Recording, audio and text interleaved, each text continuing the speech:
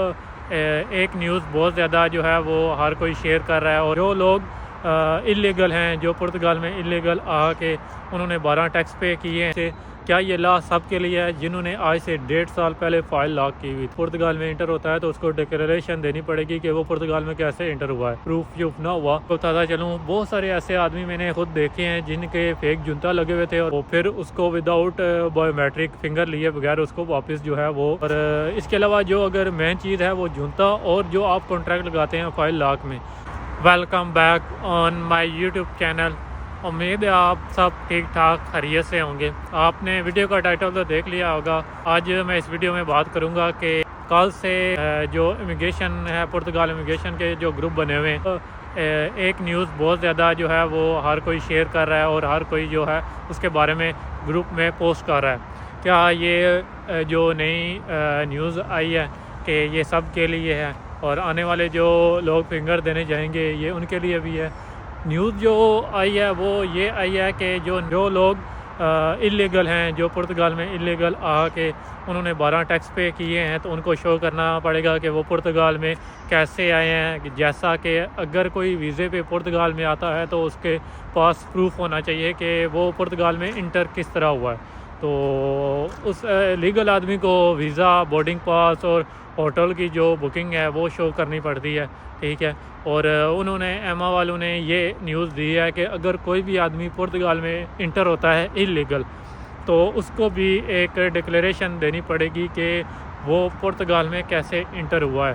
तो इसके बारे में बहुत सारे लोग जो है वो फेसबुक जो इमिग्रेशन के पेज बने हुए हैं पुर्तगाल के, उधर जो है वो पोस्ट कर रहे हैं कि क्या ये लॉ सब के लिए है जिन्होंने आज से 1.5 साल पहले फाइल लॉक की हुई थी।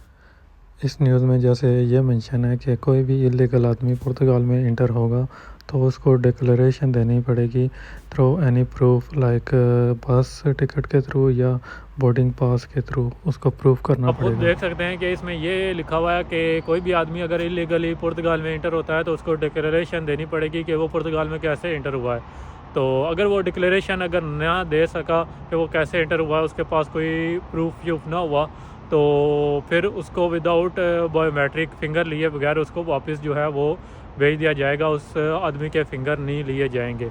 जिनकी पुरानी फाइलें लॉक है सन 2022, अभी 19 मार्च चल रहा है, 19 मार्च के बाद जो लोग फिंगर देने जाएंगे कि उनके लिए भी न्यूज़ है या आज से बाद आने वाले लोगों के लिए है। ये इस वक्त कोई फ़िलहाल मैं नहीं बोल सकता, ना ही इस चीज़ में कोई क्लियर कट लिखा हुआ है। और बहुत सारे जो पुर्तगाल के इमिग्रेशन के ग्रुप बने हुए हैं फेसबुक पे, उस पे हर एक आदमी की पोस्ट इसी के बारे में आ रही है कि जो इलीगल आदमी हैं जिन्होंने ऑलरेडी 14-13 टैक्स और 15 टैक्स पे कर दिए हैं, और जिनके अभी 8-9 टैक्स हुए हैं, क्या उनको भी क्या ये लॉ जो है वो लागू होता है?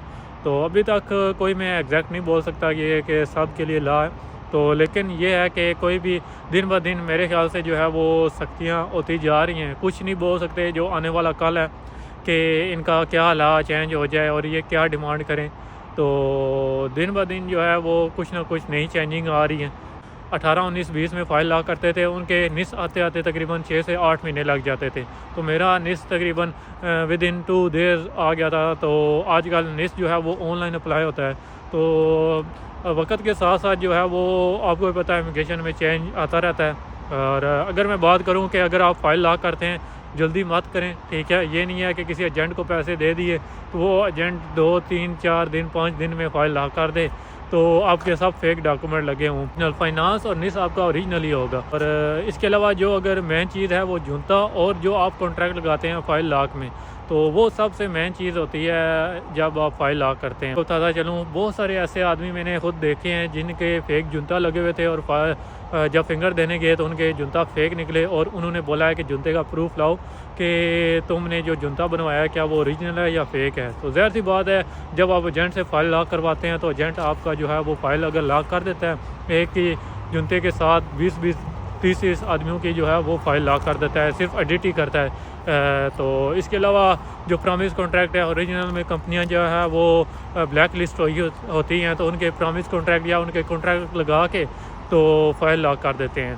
तो अगर 6 महीने का कॉन्ट्रैक्ट लगा है, ठीक है, उसके बाद 2 टैक्स की आप टैक्स चले गए हैं, तो उसके साथ टैक्स भी डाल देते हैं। जब आप फाइल ला करवाते हैं जिस कॉन्ट्रैक्ट के साथ, उस कॉन्ट्रैक्ट के साथ अगर आप टैक्स डलवाते हैं तो असल में अगर वो कंपनी ब्लैक लिस्ट हो, एट दी एंड जब आप फिंगर देने जाएंगे तो फिर इसमें बहुत, मैं कहता हूँ, एक ज़्यादा इशू आता है। और बहुत सारे मैंने ऐसे, आप भी फेसबुक पे जो ग्रुप बने हुए हैं इमिग्रेशन के बारे में, आप उसमें ऐड होके आप बहुत लोगों की पोस्टें दे सकते हैं कि उनके फालते लगे होते हैं। वो कहते हैं कि हाँ जी आपका ब्लैक लिस्ट कंपनी से टैक्स गया हुआ है, फाइल ला कर करते हैं खुद। तो सबसे पहले जो है वो ओरिजिनल जो आपका काम होता है वो करें, ये कोई भी पैसे दे के आप टैक्स ना डलवाएं।